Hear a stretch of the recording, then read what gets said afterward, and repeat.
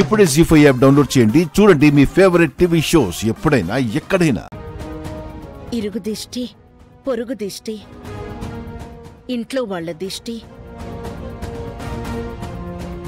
అందరి దిష్టి పోవాలి. అదిగో ఇంట్లో వాళ్ళ దిష్టి అని మళ్ళీ మనల్ని అంటుంది మహా. అర్థమైంది.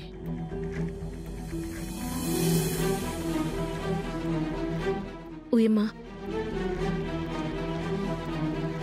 మీకు దిష్టి పెట్టిన వాళ్ళ కంట్లో కారం పడా, వాళ్ళ కాళ్ళు చేతులు విరిగిపోను. ఒకరు పచ్చగా ఉంటే చూడలేని జన్మలు ఏం జన్మలు. నాకెందుకో భయంగా ఉంది మామా. ఏం జరగదు కదా? అలాంటి మూఢనమ్మకాలేం పెట్టుకోకు, ఏమీ కాదు. నిజంగా ఏం కాదు కదా? నేనుండగా నీకేమన్నా అవనిస్తానా సీత? ధైర్యంగా ఉండు. ఈవినింగ్ మనం బయటికి వెళ్దాం. బాయ్. బాయ్.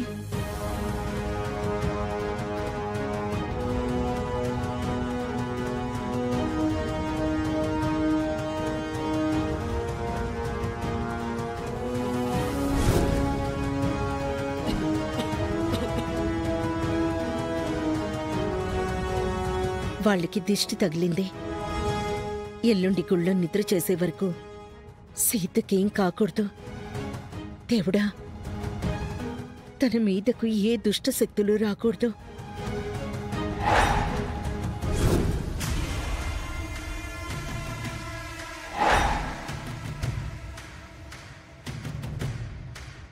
అర్చన, ప్రీతి ఉషలకి ఫోన్ చేద్దాం.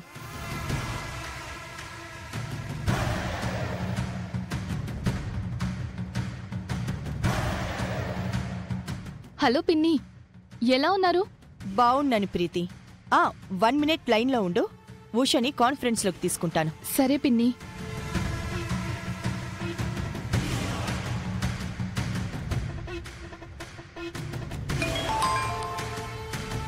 హలో పెద్దమ్మ, ఎలా ఉన్నారు? ఫైన్ ఉషా. ఇక్కడ నేను మీ అమ్మ ఉన్నాం. కాన్ఫరెన్స్లో ప్రీతి ఉంది. హాయ్ ప్రీతి.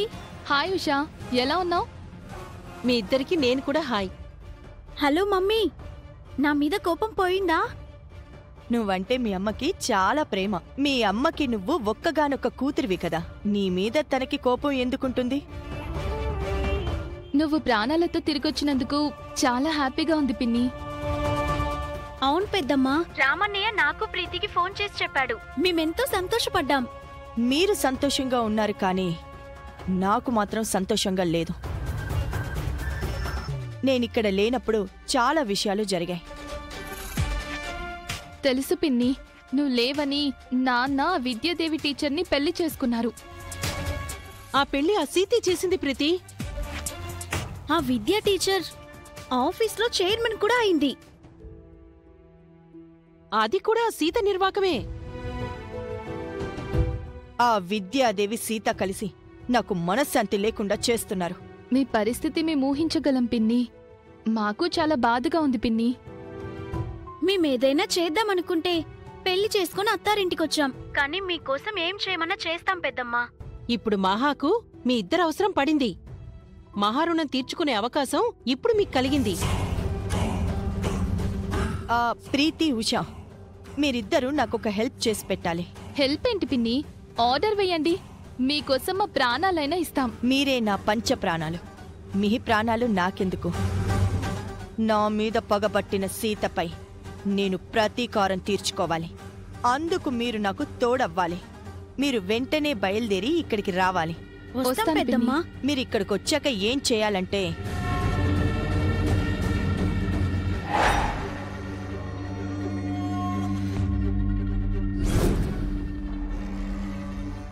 చెప్పింది అర్థమైంది కదా? మీరు రేపటికల్లా ఇక్కడుండాలి. అర్థమైంది పిన్ని. సరే పెద్దమ్మా, మీరు చెప్పినట్టే చేస్తాం. సరే, మీరొచ్చాక మిగతా విషయాలు మాట్లాడుకుందాం. ఉంటాను. బాయ్. బాయ్. బాయ్ పిన్ని.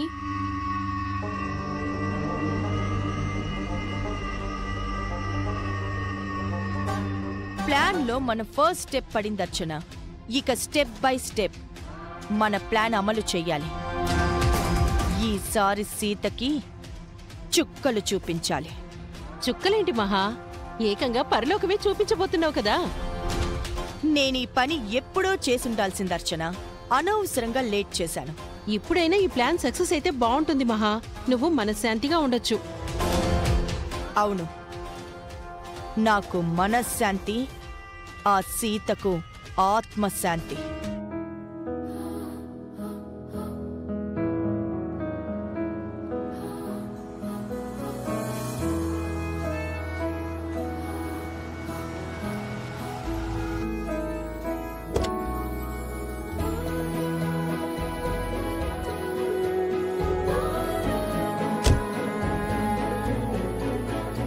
పిన్ని, ఎలా ఉన్నారు? అంతా ఓకేనా? All okay Sita. నువ్వేంటిక్కడ? చిన్న షాపింగ్ ఉంటే వచ్చాను. ఇంకా వేరే ఐటమ్స్ కావాలి, అందుకే నడిచి వెళ్తున్నాను. నువ్వు గ్రేట్ సీత. అంత పెద్దంటి కోడల్వయ్యుండి కూడా ఇంత సింపుల్ గా ఉన్నావు. ఇల్లే పెద్దది, కానీ అందులో కొంతమంది మనసులు చాలా ఇరుకుగా ఉన్నాయి పిన్ని. ఆ ఇంటి గురించి నాకు తెలీదా సీత? నేను ఆయన కూడా ఆ ఇంటి బాధితులమే కదా. నువ్వు కాబట్టి ఆ ఇంట్లో నెగ్గుకొస్తున్నావు. నీ స్థానంలో వేరే ఏ అమ్మాయి ఉన్నా ఈ పాటికి పుట్టింటికి పారిపోయేది.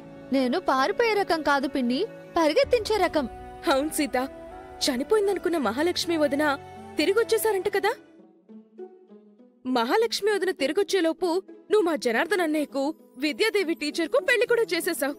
అవును పిన్ని, కానీ విద్యాదేవి టీచరే సుమతి అత్తమ్మ అన్న నిజాన్ని నిరూపించాలి. నువ్వు తలుచుకుంటే అదెంత పని సీత? మీ మధుమిత అక్కను సూర్యబావను కలిపావు, మా పెళ్లి చేశావు, ప్రీతి పెళ్లి చేశావు, మా అన్నయ్యకు సుమతి వదినకి పెళ్లి చేశావు.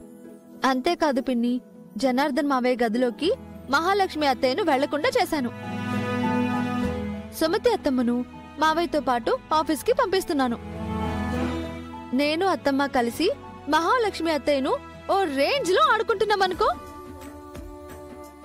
మహాలక్ష్మి అత్తయ్య మమ్మల్ని తట్టుకోలేక తుఫాను గాలికి చిగురుటాకులా వడికిపోతుంది.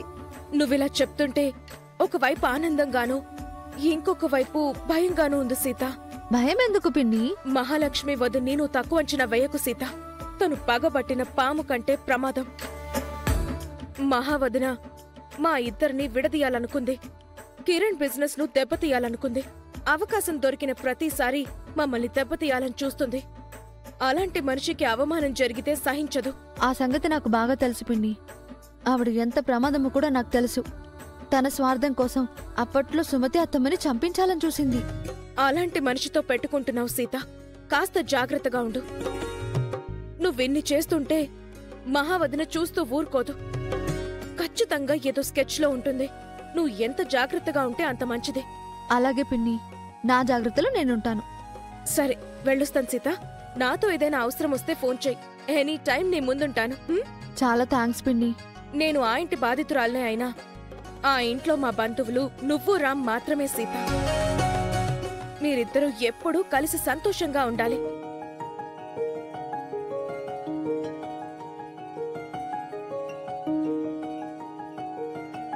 జీ5 యాప్ డౌన్లోడ్ చేసి అన్ని ఎపిసోడ్స్ పూర్తి ఉచితంగా చూడండి.